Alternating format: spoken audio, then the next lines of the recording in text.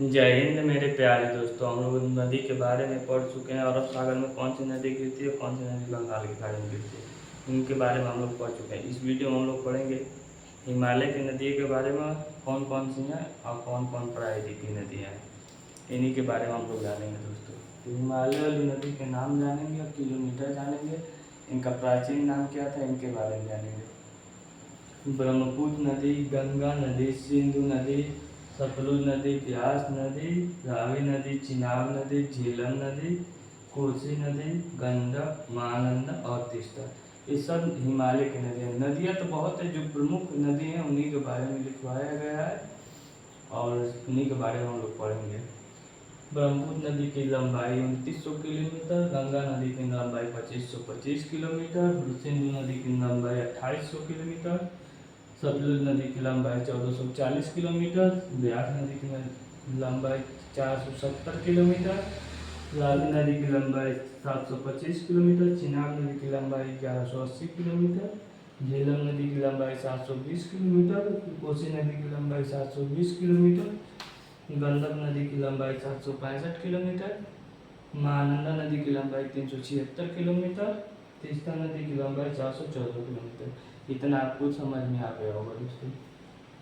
सिंधु नदी का प्राचीन नाम इंडस था, सतलुज नदी का प्राचीन नाम शतुर्दी था, ब्यास नदी का प्राचीन नाम बिपाशा था, रावी नदी का प्राचीन नाम पुरसरदी था, चिनाब नदी का प्राचीन नाम आस्किनी था, झेलम नदी का प्राचीन नाम रितास्ता था और गंडक नदी का प्राचीन नाम सदनीरा था। इतना आपको समझ में आ गया हो दोस्तों।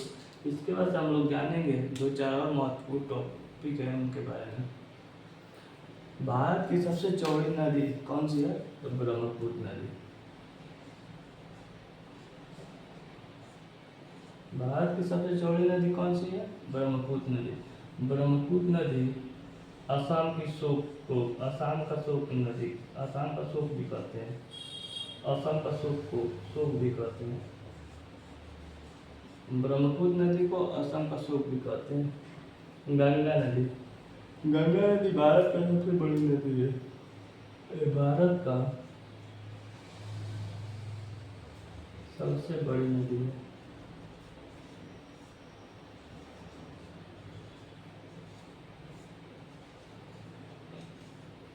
ये भारत का सबसे बड़ी नदी है, इतना जान।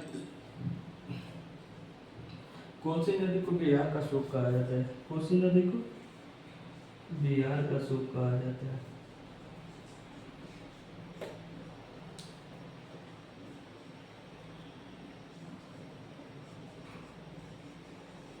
कोसी नदी को बिहार का शोक कहा जाता है, इतना जान ले दोस्तों। इसके बाद आगे प्रायद्वीपीय नदी है। नर्मदा नदी, तापी नदी, माही नदी, साबरमती नदी, महानदी, स्वर्णरेखा नदी,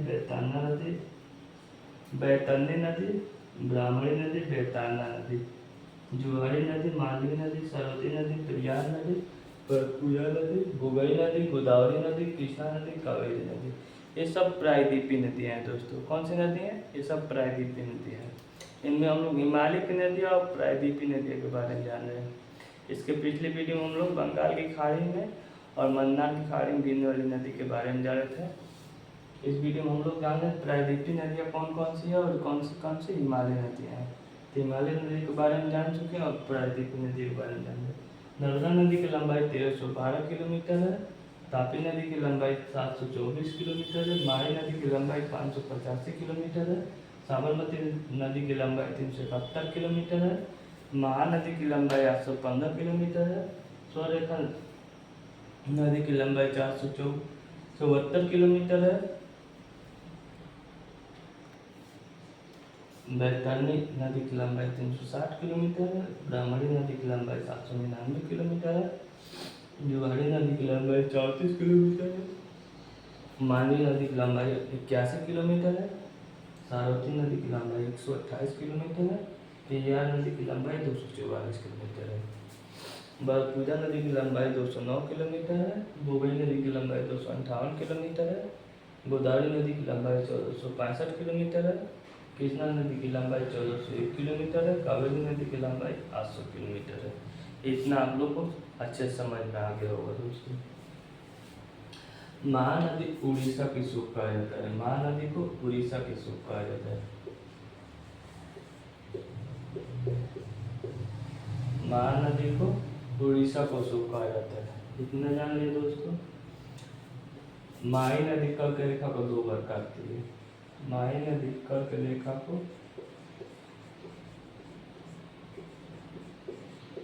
2 बार काटती है। माही नदी कर्क रेखा को 2 बार काटती है। इतना आपको समझ में आ गया होगा दोस्तों। वृद्धा गंगा गोदावरी नदी को कहा जाता है। वृद्धा गंगा गोदावरी नदी को कहा जाता है। दक्षिण भारत की गंगा कावेरी नदी को कहा जाता है। दक्षिण भारत की गंगा कावेरी कहते हैं। कावेरी नदी को कहते हैं। इतना आपको समझ में आ गया दोस्तों। अब भारत का नक्शा आप बना चुके भी हैं, इसे बना दे रहे हैं।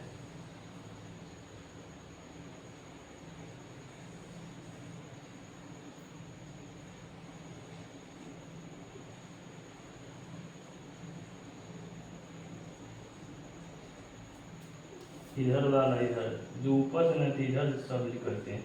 ये सब नदी ऊपर की तरफ से निकलते हैं। इस तरह ऊपर वाले क्षेत्र को हिमालय क्षेत्र कहा जाता है।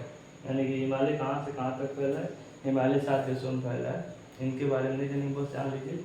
ये सब नदी ऊपर की तरफ से निकलते हैं और ये सब नदी आपको पढ़ाया गया मैथ में। सब कहीं महाराष्ट्र से निकलती हैं, तो कहीं मध्य प्रदेश से निकलती हैं, तो कोई राजस्थान से निकलता है, तो कोई कर्नाटक से निकलता है, तो कोई उड़ीसा से निकलता है, कोई झारखंड से निकलता है। इन क्षेत्रों को प्रायद्वीपीय क्षेत्र कहा जाता है।